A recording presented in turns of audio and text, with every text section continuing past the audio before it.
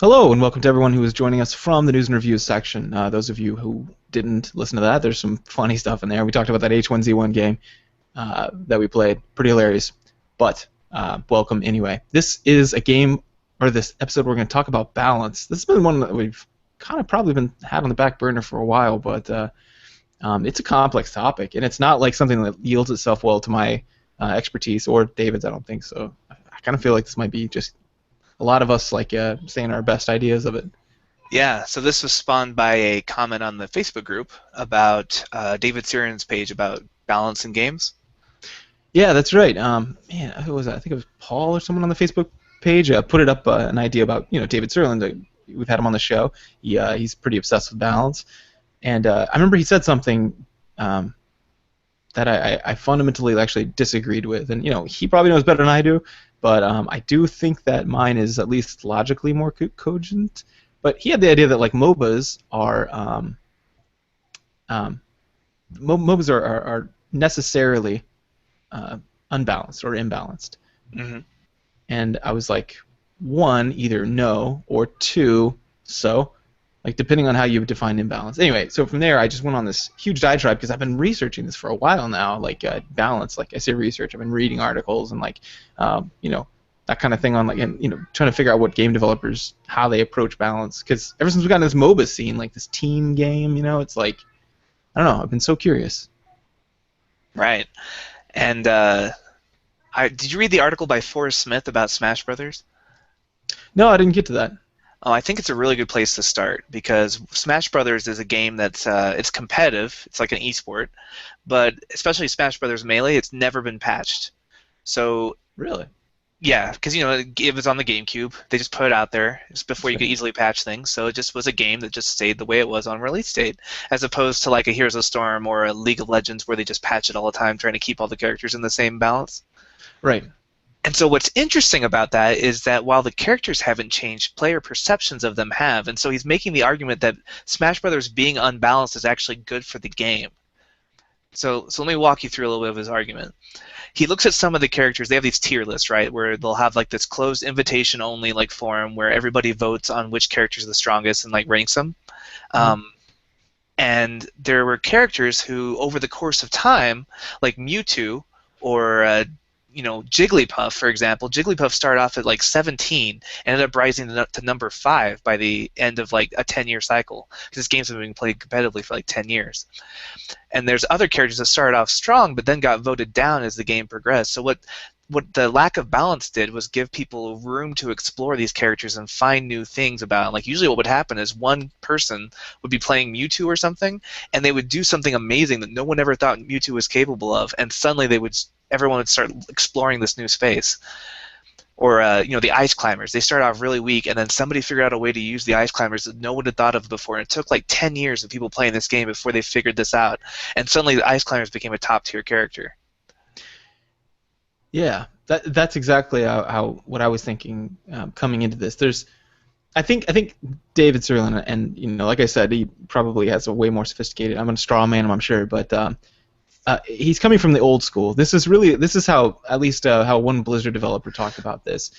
He talked about the fact that people used to think that balance had to be tit for tat, right? That makes sense. You think of balance, you think of balance board, balance beam. Right. You think of a chess game where it's like everyone has this many pawns and this many queens and kings and whatnot. And even then, yeah, you see tit for tat. Like when you hear balance, you think one side and the other, right? Like a balance beam, don't fall to the left, don't fall to the right, stay in the middle, that kind of thing. Well, really, this is way more complicated than that. It's like a quadridimensional shape or something. I don't know. I'm sure Neil deGrasse Tyson could say cool stuff about that. I can't. But all I know is that it's way more complicated. And the old school used to be like, okay, to deal with that then, like with chess, just give everyone the same shit. Just put them on different sides and have everyone on the same shit. And if they have a different skill sets, like with a pawn or like a bishop, then make sure both sides has the same, and you're set. And right, that's how Blizzard would balance like Warcraft 2, right? The orcs and the humans were essentially the same. There were a couple spells that were different, but they basically had mirrored units. Yep, grunts, and then they had the troll. They had troll axers and the elven archer. Yeah, and then later they turned into spears, and then elven archers, and it was all like that, which makes sense. That's how a lot of games were back then.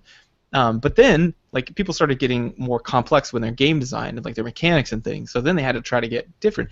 And even then, okay, like if you started chess at the same time, it would be a mirror matchup. But someone goes first and someone goes second. And as it turns out, that's really important. If I remember right, like they looked at this in Hearthstone, and they found out that before they put that coin card in during development, that it was something like I can't remember, but it was in the teen percentage, I think. The person who went first would win. And so they put in that coin thing, and as it turns out, hopefully that's a big enough incentive to even things out. But going first is awesome, especially in a card game or in a board position game like chess. You kind of got to have that. If you go first, you assert dominance, and the other person has to respond to you. And responding is only you behaving with a subset of already predicted behaviors. Like I've got so many cards, or I've got so many chess pieces, and I can only move. I can only do so many moves. So your response is necessarily limited if the first player knows what they're doing, which means slowly you control the board space, knowing they can only do 1 or 2 moves. So it's always best to go first. So there's even that to take into account. Yeah, but I think the old school, like I was saying, was things like Ryu versus Ken. That's the old school balance. But then you get things like look at now, like you get these like Heroes of the Storm. You can't really do that and make it. Okay, so I'll talk about Street Fighter for example. I think this is how I come into the whole balance thing. I think people, especially people who have come from fighting games like David Serlin, may be looking at it a little too simplistically. I mean, he's a smart guy, so I'm probably strawmanning him, but here's how I look at it. I think that within each fighter, you've got Ryu and Ken, and that's not really an interesting matchup. You might as well do Ryu versus Ryu in the original Street Fighter because they have the same moves, essentially. And then, except for the throw, if I remember right. But that's not really interesting. That's not really fun. You wouldn't play it for that long. So really you want to look at make sure each player overall is balanced in the sense that they win at the same rate on average versus the average amount of other players, and then have their moves there can be stronger and weaker moves that you can do. It just you want to have your player overall win about as much on average against the average of the others. So I don't think it's bad that Ryu is maybe stronger against Dhalsim than Dhalsim is against him, but maybe Dhalsim is better against E Honda. You know what I mean? Just to give more of a rock paper scissors kind of balance where they're all good in certain situations.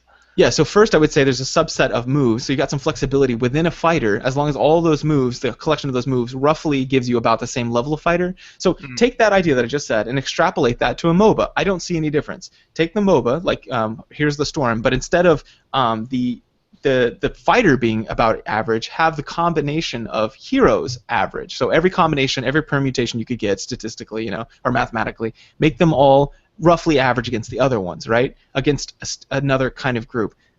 And their moves, so your moveset of your Shoryuken or your Hadouken, instead of those moves, you've got characters.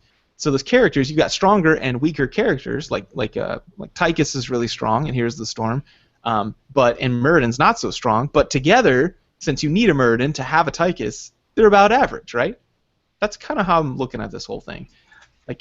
It's okay to have stronger heroes as long as they have counterbalances on the other side. You know what I mean?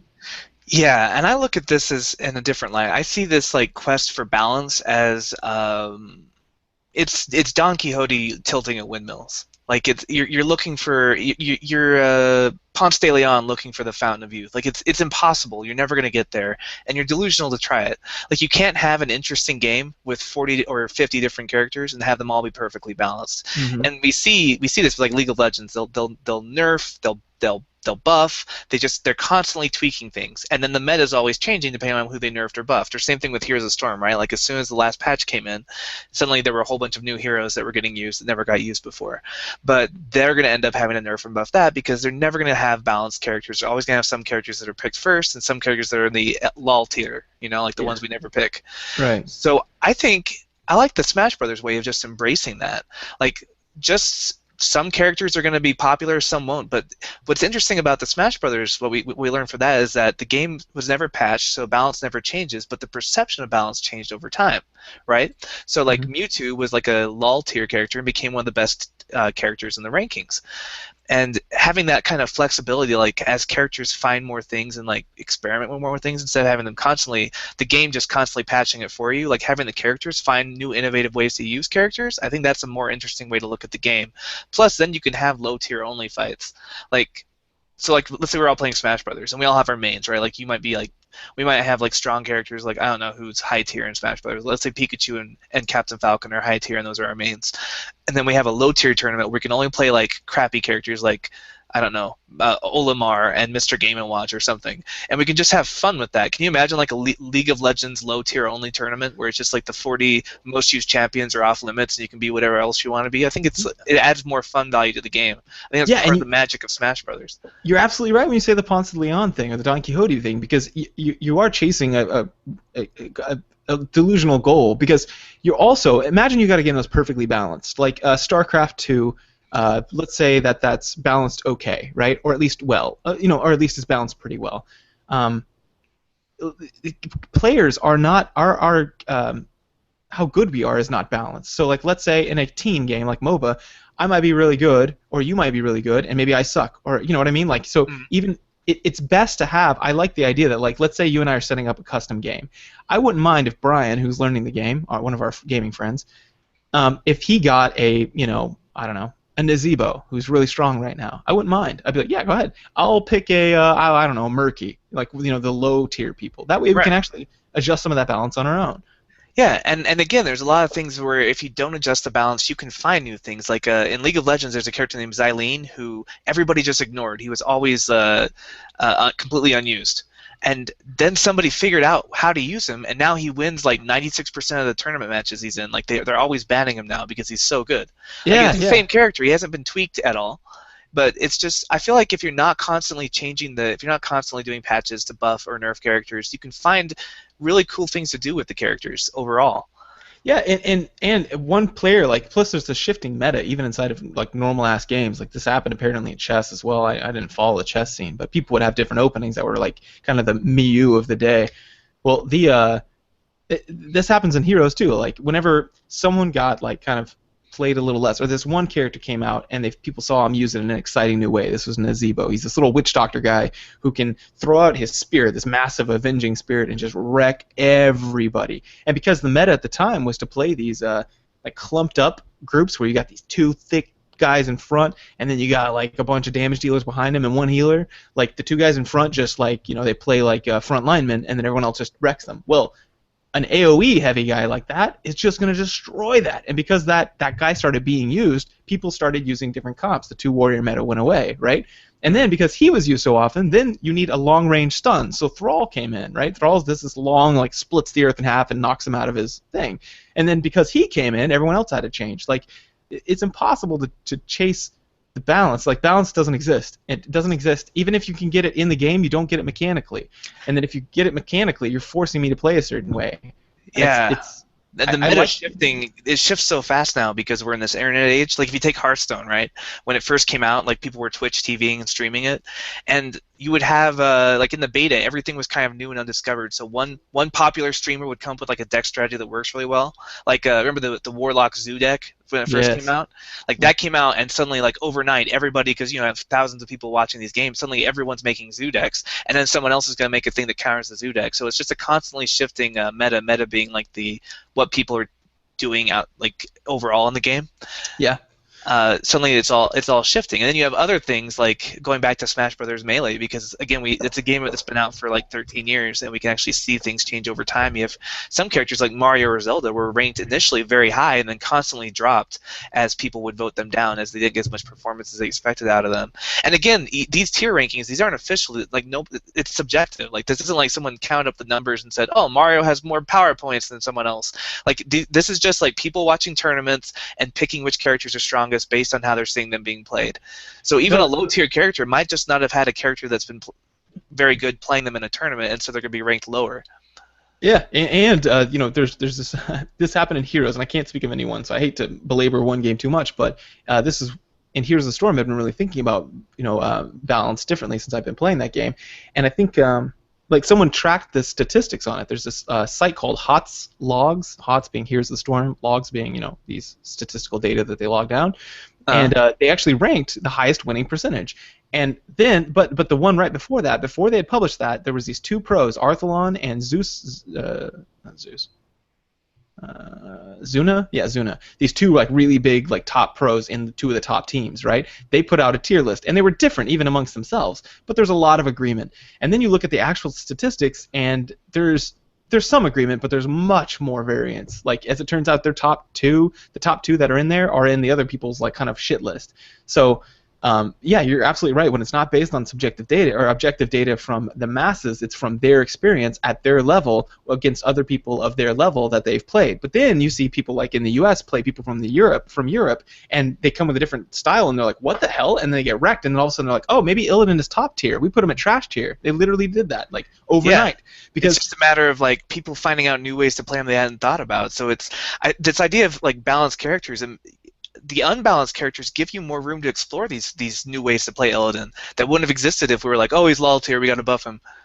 Yeah, and think about this. Things aren't always, even if you get perfect balance, you're not going to get perfect balance against, like I said before, people are good or bad at the game. So anybody who's played StarCraft can tell you the game looks a lot different on the lower level than it does on the high level. Like on the high level, you know the person's not going to do a Zergling rush. You know that's not going to happen because they will forfeit the game because you're at such a high level that by the time you see the Zerglings, you know exactly what to do. You know exactly how many drones to pull. You know exactly how to respond to it, and you will wreck it, and the other person insta loses. Right, which makes it hard to balance for Blizzard because they have to make a game where where Zerg aren't too powerful on like a low level tier of play, but also not so weak that they lose all the tournaments on high level play.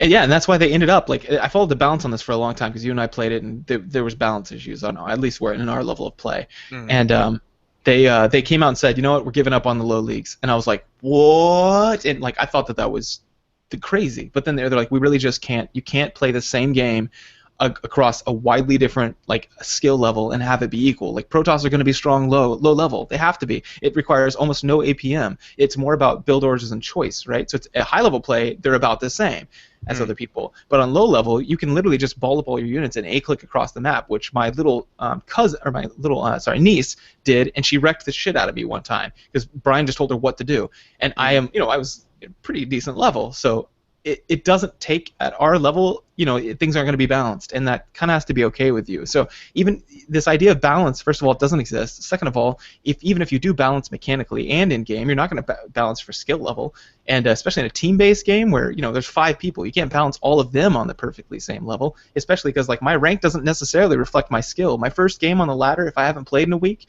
is a lot different than my third game on the ladder when I've been playing every day. Like you can't do that. So I think it's a fool's errand, and more importantly, like when people say inherently imbalanced, I'm like either yes so or no it's not, other than anyone else, like different than anyone else's. Right. I think in order to have an interesting game with interesting characters and room to grow, you have to have some innate unbalance. You have to let go of the illusion that you can make it balanced. Yeah, and if you're looking for fun, like games are about fun, right? Like right. In and of itself, you practice to have more fun to get better at competitive games, but games are about fun. And the most fun to be had, this is another thing Blizzard said, is they said we lost sight of our goal of making StarCraft fun because we were so obsessed with putting it back and forth, the back and forth. And so in Legacy of the Void, they actually changed everything about the early game. You start out with like 12 units instead of the 5 or whatever, and you start with like 2 gas geysers, and they kick you off with like a bunch of new units that are seemingly way overpowered, but it's okay because if someone wins with all Zerglings versus all of the new units, like maybe like one of their Cyclones or something, that means something. If you beat them with a shitty character, units, then that's incredible. And so it leaves a lot of room of these wow moments. It's boring to see balance, in other words. They said, the excitement is when things swing back and forth. And so that's why they made Heroes of the Storm more snowbally than League of Legends, which at the time I thought was a bad thing. But now I'm like, no, it's fine. If a guys are already winning, I want to just go ahead and win. Just make that very last step of defeating my core really difficult. And they did. So now when they get to our doorstep, we have done this multiple times in games that I've played where they get all the way there, they're bashing on it, they get it down to like 5%, and we go kill them. It's because it's so hard to finish the game. It's easy to get in the late stages, but it's hard to finish. So, or to take the very last step. Right. With a game that's good. So I think that's fine. And Lily, who used to be shit, is now really good, and still I don't have a problem with her. I didn't have a problem with her back then. I just like, oh, she's not as good to play. Um, And again, a lot of it's perception. Like I'm looking at Smash Brothers Brawl now for the Wii, and Zelda started off like when the game first came out, everybody was like, "Yeah, Zelda's the worst character." She was at the very bottom, Zelda slash Sheik, and the way people were playing her is they would just choose Sheik or Zelda and just stick in that form the whole time and just master it. And but then like looking at charting how she was ranked, like when you get up to like 2011 instead of 2008, she shot up like 10 points in the rankings because people started learning how to balance her two forms and like alternate between them in a single match. And suddenly she comes out of nowhere as like this contender. Or another interesting one is like Donkey Kong and Diddy Kong. Like Donkey Kong started off ranked like 9 and Diddy Kong was ranked 10 or something. And then over the course of 5 years, Diddy Kong went up really high, like ranked 2, and Donkey Kong fell down to like rank 21 as people started like playing them differently and started figuring them out. So I don't know. I think it's way more interesting when you have these characters who the perception of them changes from like, oh, this guy's worthless to, oh man, Diddy Kong's the best, instead of actually be like, yeah, Diddy Kong got buffed, he's got more hit points now, or whatever. Like having the developers go in, because developers aren't doing it like their way isn't scientific either. They're just looking at who's winning more often and changing something, but they're not taking into account like maybe the reason why this character is winning more often is because no one's figured out how to counter them yet. Yeah, exactly. And there's one more thing besides that, figuring out how to beat people, which is fun. Like being in Heroes early, like I got a chance to find something that shut other people down. It was Rhaegar, and he shut down. At the time, it was this like real like at the time Nova was really overpowered, but Rhaegar's got this super insta heal, right? Like that. You all the way back up to health, and once Nova blows her load, she's done. And so like she'll be out for like a while. And in fact, she had a 1-minute cooldown on her super shooting things, like her rewind and her R shot and all this big stuff. But anyway, so if I could save that one person, her whole idea was to take them out of the fight. Then I completely countered the meta, that player. So I think there's a lot to be said for like discovering those new moments, and more importantly, like I think it's okay to have bad characters, like. And it doesn't mean much. Whenever I joined a team, and I was I was Tyrael right after he got nerfed. I went down a couple ranks, and then I leveled off to stability. And then when I joined, this guy goes, "Oh great, we've got a Tyrael. Just quit and delete the game," or something like that. And I was like, I go, "What?" And he goes, "You're playing Tyrael. You suck." And I was like, "Dude, if I'm playing Tyrael on the same level you're playing your an overpowered character like Vala at the time, then that means that I'm a better player than you because I took a shitty character and got to the same spot on the ladder." So that all balances itself out as well. Unless it's the person's like first time playing it or it's not their main, I don't complain. Like if there's a Murky that joins that's a real shitty character, the very worst, I'm like, wow, person must be an epic Murky if they've got like a Master's skin or something. Right, like if they're actually playing it to be competitive. I think it's nice to have some characters like that where you can just be like, okay, it's like tying one hand behind your back and making it a little bit more fair for everyone else. Yeah, I like that idea, and I think that takes a dropping of the expectation of straight up old school balance.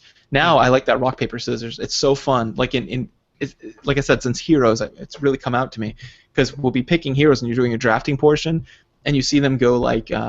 You see them do a Nazebo, and you're like, okay, we got a Thrall, or we got a, this, and then they pick someone else, and you're like, okay, I got this, and you get 2 at a time this time. So not only do you get to respond to their last pick, you get to change the game to your side, right? And then you're like, okay, so we got to the 2 counters, now how are they going to deal with Tychus? And then they're like, oh man, we got to focus on Odin down, so let's see, lots of burst, it's that kind of thing. Like, it's so fun, and you end up having 2 teams that balance each other out, even if one team has a really shitty person, like one might have a hammer who's really good, right?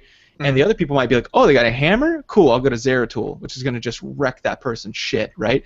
And then you're like, oh, Zeratul's not a top pick, but shit, now they're a better team, and they're going to win this game unless we pick someone different. See? Right. Like, that all goes away whenever you do rock, paper, scissors. The whole idea is to get the very best option of the best way to shut down hammer, which there's multiple ways, but Zeratul's strongest one of those, right? At the moment. Yeah, the traditional 1v1 idea of balance kind of falls apart on these MOBA type games.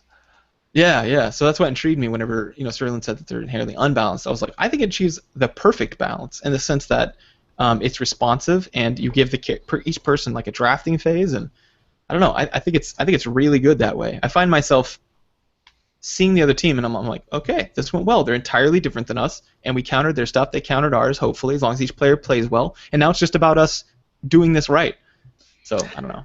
It's all about skill. And again, I feel like I've been playing Blizzard games long enough to know that I really feel like it's impossible to have a perfectly balanced everything. Like World of Warcraft, they could never get the classes perfectly balanced. StarCraft, they could never get the races perfectly balanced. Like you just have to let go of that and then just embrace the game for what it is. Yeah, and they did. There was a point. It was during their development of Legacy of the Void, I believe, is when I heard one of the programmers talk about it, or one of the developers, and that's whenever Heroes came out. So I saw it play out there. They're like, we're just doing weird shit because fuck balance. Like it doesn't matter as long as you've got people that balance other people. Like you can a Stitches will counter a Tychus because you can pull them into your people and kill them. That kind of thing. You're fine. And then they obviously found that with their numbers. They have people who do heavy statistics. I know because I've been waiting for a position to open up. But so that idea doesn't work. And remember when I said to extrapolate the idea of a fighter to a team? Let's do that again and say that like some moves are really easy to pull off and are very powerful for their ability. Like for example, you've got like Blanca in Street Fighter 2. You tap that punch button. What does he do? He zaps people, right? Right. And it's a great beginner move because there's no rolling or timing involved. You just hit that button as much as possible, and he shocks everyone around him. Yeah, exactly. Or you take Ryu's Hadouken. Really easy to do. Everyone can do it. Everyone, and it's it's a good move. It's solid all the way up through the ranks, and it's not hard to pull off, and it's powerful. But then you got moves that are really hard to pull off and aren't as powerful, like his Hurricane Kick. That's actually Chun-Li's, his Tetsutsuruken thing. Tetsutsuruken? Did you just make that word up? You just shouted that word. And you don't know what you're saying, and you've been stuck with it ever since. Yeah, that's funny. It's like Pete Holmes did a thing with that. But or his Shoryuken, which for me was difficult to do because it had that forward roll in the back. And you kind of have to have a higher level play, and it's less useful in a bunch of different situations. You could throw Hadouken at any time, and it's probably a decent idea as long as they're not right next to you. Even then, sometimes it's good to switch it up. So same thing here. Let's extrapolate that to heroes. You've got some heroes that are very easy to play and easy to do well with, especially in the early leagues. But then later, Vala. Exactly. Be careful with the Vala, man. Piss off, JT. But Lily, yeah, for sure, she's a good example. Easy to play, and Heroes is aware of that, right? Like they rank them like easy, medium, difficult, like how to play them. But that's important whenever you get a game where you're going to be bringing people of different skill sets. Like if you're coming to the game and I'm coming to the game, and I came in like 6 months after you did, and you want to play like a co-op game and the bots are hard, or you want to play a quick match game and the enemy team's hard, you're going to be like, hey, grab Lily. She's easy to play and easy to do well with. And that's okay. Yeah, it's fine to have a character that's like not that difficult but can still compete. Like JT's always blown away when I play Volley. He's like, how do you have so much hero damage? I'm like, well, it's an easy character. Like I'm not a better player than anyone else. I'm just playing a character that's easy to rack up hero damage with. Just press R near people, and she has her ult and does a lot of hero damage. And that W just wipes a whole screen. Yeah. Everyone gets some damage. So yeah, like her, exactly. These are people that are, whenever you get so caught up in balance that you lose the whole point of the game, then have fun. Yeah, then I'm like, that's not useful anymore. And this is a perfect paradigm for all of psychology. We talk about this on a regular basis of are you getting so caught? Yeah, like there was a guy I saw in my first semester where this guy was just like, he's like, I don't know, my life's horrible. He had depression. He's like, I don't get it. I'm an accountant. It's everything I wanted to be. Like I'm almost about to graduate. I don't get it. I'm finally about to get my degree, get out of college. I'm depressed. And I was like, oh, well, I mean, so tell me about your life. Wow. You're talking about getting out and not being excited about your job. No. How did you come up with the idea of getting it? Well, my dad's an accountant. Okay. What got you in accounting? It just made sense. I had good enough grades to get in, so I got in and nabbed accounting, nailed it all the way through, did all the professional conferences. I'm ready to go. And I'm like, so you set yourself up to be the perfect accountant, but do you want to be an accountant? You know what I mean? Right. We as humans get so caught up in a process that we forget the function of that process, and we can get depressed that way. That's what values-based portion of certain psychological interventions have to do with. Which is, going back again to Smash Brothers, it's a game that's just unequivocally fun, but never needed to be, or never got patched. So, like, you don't have to patch a game to make it fun. There's something else going on there that makes the game fun. And so maybe balance doesn't make a game more fun. Maybe it just makes it more fair, and it's fair and innately fun. It's like, do you want to play on, the new Smash Bros. They have the for glory or for fun. Like if you play for fun, there's random items, random stages, everything's random and quirky. It's like playing, a Nintendo game, like with blue shells and things just aren't fair, but they make it more fun. Yeah. And if you play for glory, you're just on a flat stage with no items, and that's where it gets like the competitive level, like esports kind of style play. They're not always the same thing. Yeah, exactly. See, there you go. I mean, I think, yeah, this is really just kind of getting lost in the sauce, and that's something that Blizzard said that they did on StarCraft 2, and that now they're just completely changing up things, and that's also something that they clearly learned from, because Hearthstone isn't that way. Like, there are clear good cards and bad cards, and people were like, why do you turn out a bad card in the new expansion? And they were like, it's important to have bad cards. And I was like, what? But then you get into the arena, and whenever you get a draw, of like 3 cards you can pick, it's good to have one shitty card. You're like, I don't want to have to worry about that, and these two, that kind of thing. And plus, there'd be times where you get all shitty cards, or your team, or your opponent got like 3 or 4 rounds of shitty cards, and it adds in that whole fun element. So I think that's yeah, I think that's a pretty important thing to think about, is how is this improving the fun, and if it is, then that's good, But as long as it could, that's something they said, is how do you expect your game to ever take off into the competitive level if you're kind of being wanton about their balance? And they said people. Chess is a very good competitive game. How many times have you watched a live chess match streamed on Twitch? Yeah, it's not exciting to watch. It's Exactly. perfectly balanced, but it's not exciting. They said this is what happens with esports. Esports develop around games that are fun, and then whether they're balanced or not, like League of Legends is not balanced. Nobody would ever say that they're balanced. It's not. You can't balance that many characters. It doesn't matter. It's got a huge scene because it's fun to play and it's approachable, and because it's approachable, people play it. And when they play it, they're interested in seeing it played on a high level, and then an esport develops. Not the other way around. You don't balance a game for an esport. Right. An esport balances a game on the competitive level. And if you leave things alone long enough, the players will be creative, and they'll find things that people didn't know about, and the subjective perception of balance will shift, and the tier list will get rearranged. Yeah, it happens all the time. And yeah, so I think balance is important, especially like you want to take into account things like, okay, let's make approachable characters like Lily or a hunter in WoW who's easy to use. Yeah, or a demon hunter in Heroes of the Storm. Yeah, Demon Hunter, Heroes of the Storm. You're really sticking to that. I'm sticking to my guns on that one. I think you're with me, despite the pushback. I could see both points of view. I think at the super high level of play, she's really hard to play, but I think every character is really hard to play at high level play. Like that's a fallacy. Like who cares? They're all hard to play at high level. That's why it's high level. I think she's easier than like a Zeratul or an Abathur to play at high level.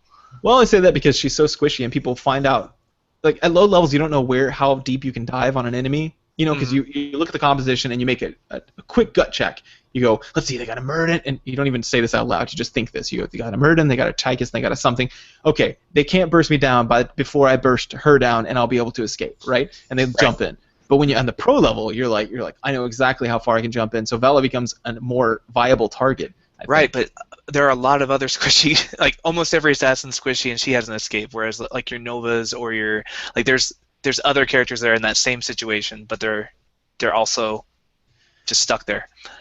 Maybe, yeah. I haven't thought this all the way through, but she has evolved. Anyway, but balance. Balance is I think, I think it's important for people to make characters like that. I used to hate those characters, like Protoss in StarCraft. I loathed them. I loathed them because at low level play, like I was playing, I wasn't playing, super tournament level. They're better, and it pisses me off. And I'm like, they're demonstrably better. Go look at the win rates. They're winning like crazy. And then they're like, yeah, it doesn't matter. I mean, and I'm like, why? But in a game like StarCraft, that matters a little more. But Heroes, who cares? Like, I've used that system so often with very good characters and very bad characters that you see the subjective part of it, and then you also realize that we're talking about averages. We're talking about percentages of loss of. So like the lowest character right now is Murky. Murky has a 43% win rate, if I remember right. The highest character is 55.6. That's not that much of a difference. And right, if someone's there's not a very big good deviation between the two, so it's... Yeah, it's just... So when you get down to it, like, your character... Like, so if someone's playing that character, they're probably decent with them. Lay off. And I think there's probably an element of almost a self-fulfilling prophecy, right? Like, if you go in with the expectation that your character sucks, you're not going to play as well. Yeah. Yeah, that does happen. So I think, so there's a few things to like, I guess we could take away from this. One, balance is subjective, right? Like, it changes over time, even on things where they don't patch it. It's just people learning to play. And then you've got, you've got the fact that you want to have characters that are imbalanced to make it more fun and approachable if you want your game to be fun and approachable rather than perfectly balanced. and 3, that all shakes out in the end anyway, because it sounds like in the champion level, some characters may never be seen, and if they aren't, that could just be a factor of time. That could be maybe over time, like you said, Mewtwo got really good. Diddy Kong got really good, found his way into professional tournaments. Right. So I think if you want to read more, you should check out Forrest Smith's blog. It's forestthewoods.com. Just type in Forrest with 2 R's Smith and Smash Brothers, and you'll find it in Google. Because he's got a lot of he's tracked all the charts, so he's got a lot of graphs where you can actually see these characters going up or down depending on how they were ranked over time. So it's really interesting to look at just the changes of various characters. Like poor Zelda just dropped down to like bottom tier on this on Brawl. So check that out. And I'm sorry for those of you who aren't real gamers and don't know what we're talking about for these games. Like, this is not as applicable to general life as most of our discussions, but I think the people who are really into the fighting scene hopefully got something out of this episode. Yeah, and competitive gaming, which balancing I think is going to draw people like that anyway, the title. But and if not, I think the takeaway message is this is a perfect an analogy for what happens a lot of times, and some people in life. Some people can become depressed or become anxious or whatnot because they lose sight of where they're going. They're so busy changing the rigging on their their boat. They're like, get the sails perfect. Now it's flying. It's going so fast. And you're like, who's at the helm, man? Who's making the decisions here? Like, do we really want to go that way? That kind of thing. So yeah, and I think partly too we could bring in fundamental attribution error. Like if you lose, it's like, it's because Diddy Kong sucks. But maybe Diddy Kong's actually awesome. You just think he sucks because it's easier to say that's the reason why you lost. Yeah, very possible. So, yeah, but let us know about your thoughts. I know we have some game developers, so let us know. I'd love to hear, you guys probably thought about this. No, not probably. You guys have thought about this way longer than we have. I just think I've been trying to subject myself to professionals' opinions so that I could kind of get an idea of what's going on. So, but I'm not a professional, so let us know. We'd really appreciate that. And speaking of let us know, we can go to the feedback session. Another perfect transition. Bam. Nailed it.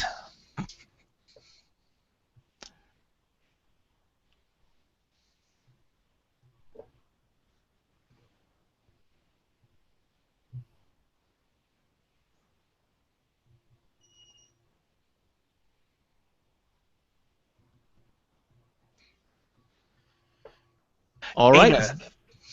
What? Jaina, that's who I was trying to think of. Another squishy character who's an easy target but with no escapes. Jaina, yeah. And now she is up in the competitive tier. Anyway, this is a feedback session. So, welcome. Thanks for anybody who interacted with us. I forgot to check our email. Did we get any? No, we did get a new iTunes review, though. Oh, thank you, whoever that was. I'll tell you who it was as I pull it up. Why don't you go ahead and start on the Facebook page? Okay. First of all, Facebook page. Appreciate all the answers there. First of all, the big thing. Oh man, I didn't talk about this in the news section. Of course I should have. The dad who killed his kid because of a video game. Yeah, exactly. That's why he killed him. Yep, that's what the first line says. Okay, this is bullshit. First of all, I get mad every time I see this. Basically, this guy in New Hampshire who. First, I'll tell you the story that the media gave. Okay, and then I'll give you me being an actual professional and an expert in the field, one who is actually one of the leading researchers on the idea of mass murder, suicides, violence. I'll tell you what I think, okay? Because you'll see that they're totally different. God damn it, media. The media says there's this guy, Jerry Carrier. He's 26. He's been accused of shaking his infant son on 2 occasions after he became enraged while playing a video game.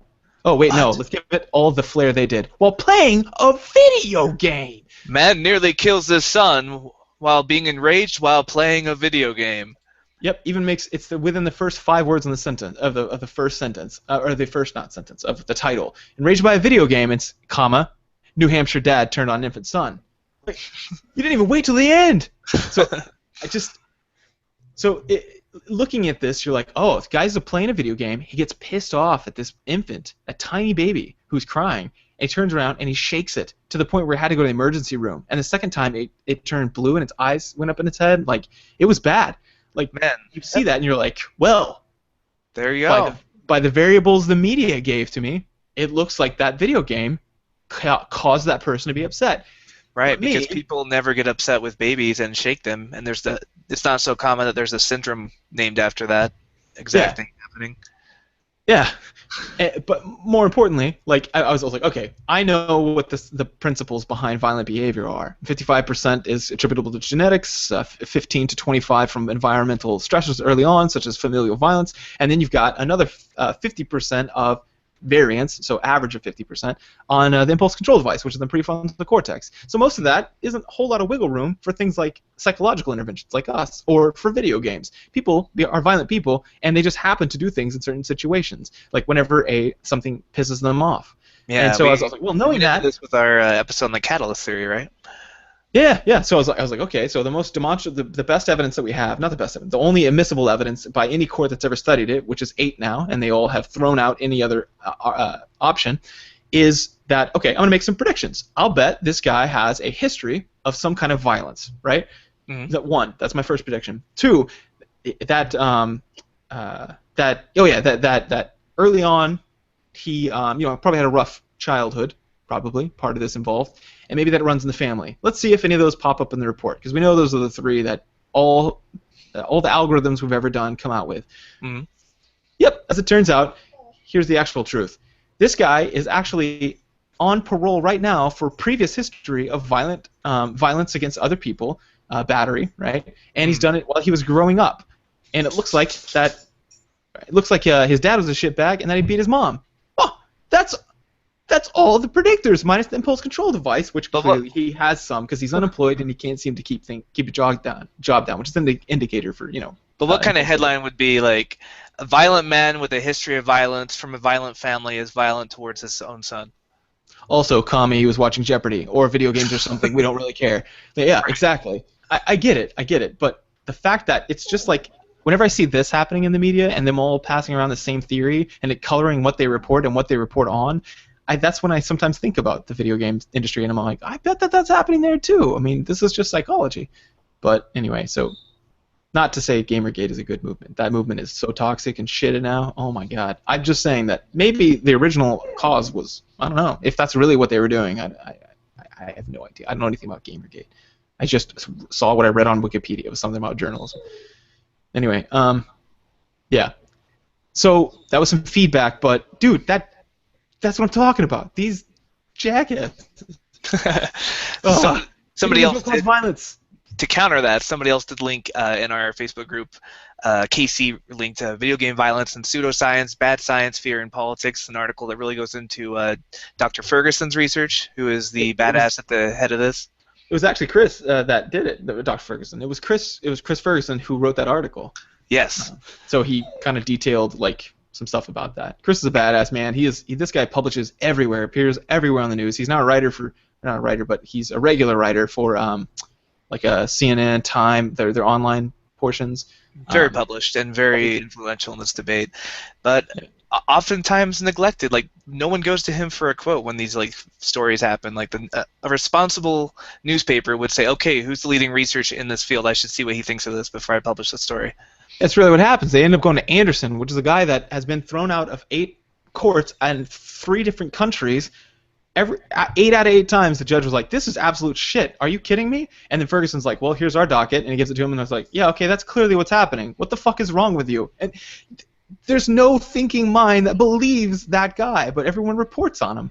It's crazy, and it's gone over other fields. I was reading a lit review paper about this in the English literature. Another one was in communications, the communications field, because reading stuff from trying to put together some kind of dissertation at this point, and they were just citing it like it's known. They're like, psychology has shown multiple times and over decades that video games cause violence, and I was like, did you have not? It's just absolutely crazy. Anyway, one way to make me go on a freaking diatribe like this is these kind of things. So sorry. We did get some feedback on our last episode from Johannes on the Facebook group. He says, we talked about one of the Steam reviews of the dating website saying Ayu is the best waifu. Apparently that's the name of a pro Dota player, so he just thought that was kind of funny, picturing him as a little schoolgirl wife. Okay. Oops. Well, that's all right.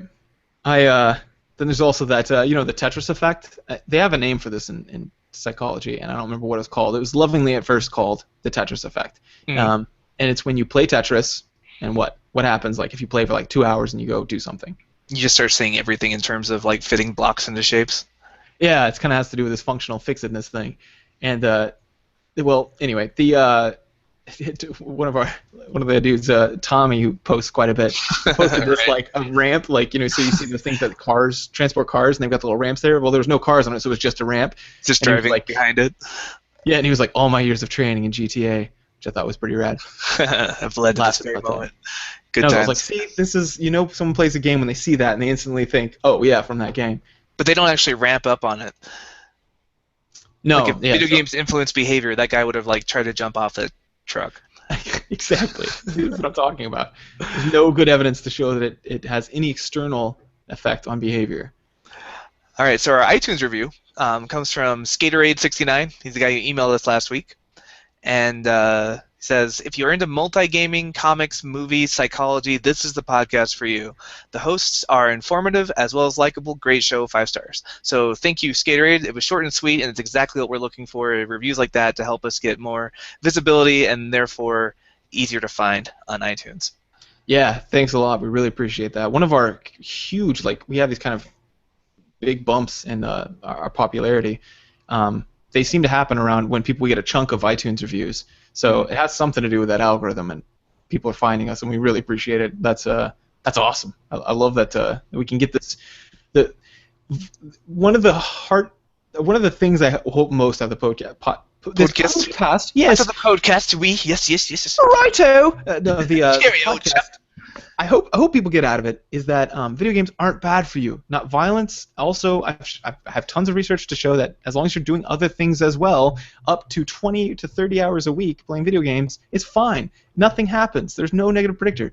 People don't control for third variables, and so they see like, oh, a lot of video games. Oh, a lot of video games or it's correlated with violence, therefore causes. And I'm like, really? Hold on, let's look at this. Oh, wait, no, their diet. These people are eating horrible shit. So as long as you play video games and don't eat, Doritos and nachos, when we control for that, oh, well, hell, diet causes fat people, not video games. Video games just are incidental. So Right. Anyway, there's a lot of that research, so be careful whenever you read that shit. But hopefully that's something that we've gotten out to you guys. So And to a appreciate it. bigger audience, we can change the perception on this one listener at a time. So if you want to stop drinking the Haterade, like our friend Skaterade69, you too can leave us. You This is too the can. worst. I know it's cheesy, but It's like the Kanye West joke I made. I guess kind of like Kanye West just got sick of all that booty. exactly. Or overwhelmed with all the booty was the joke. But Yeah. either way, bad jokes aside, please follow Skaterade's example. Leave us a 5-star iTunes review. Help us spread the good word that gaming is not going to destroy society. Just like plays in Roman society didn't destroy society, and just like rock and roll didn't destroy society in the 50s, and just like every single thing that the youth are into hasn't destroyed society. Yep, radio violence, then media violence, and then now it's Fan and video news game violence. In fact, the people who did the media violence, this Anderson and his ilk, are the people who are now moving into, and with the same bolstered bullshit, are like, yep, it's totally causes it. And then I'm like, well, you know what? The whole media and TV and newspaper reports about violence, you said cause violence. Actually, violence is at an all-time low now since the 1960s, and video games are at an all-time high. I don't know, man. And then he's like, yeah, well, nobody listened back then, but it's still true. And I'm like, you are dumb and old. Shut up and get out. Delete your account, I would say, in LOL. But anyway, yeah. So thanks for the feedback. Really appreciate it. Love the iTunes review. Really appreciate it. It was great. Yes. But other than that, I guess I think that wraps us up, man. Yeah, if you have any questions, you can email us at thegametheorypodcast@gmail.com, or if it's easier, just leave us a question on Facebook in our Facebook group, which can be found at facebook.com/groups/gametheorypodcast. Yeah, if you run across anything like these articles, these are right up my field. I really like to keep my finger on the pulse there, or any funny stuff, post it on there too. I think everyone really enjoys that. It's getting bigger every day, the Facebook page. So yeah, really appreciate it. And I think that finishes it up. We'll probably see you guys next week. We still don't have a sign off, which we need. Yeah. So we caught one of our friends who was a racist. It was hilarious interchange about the protagonist on The Walking Dead, and I think he might be racist. It was a good game, but I couldn't really get into it because he was black. 10 out of 10. Can't stand all the blackies. That's basically what he said. That's pretty awkward. We can sign off on that.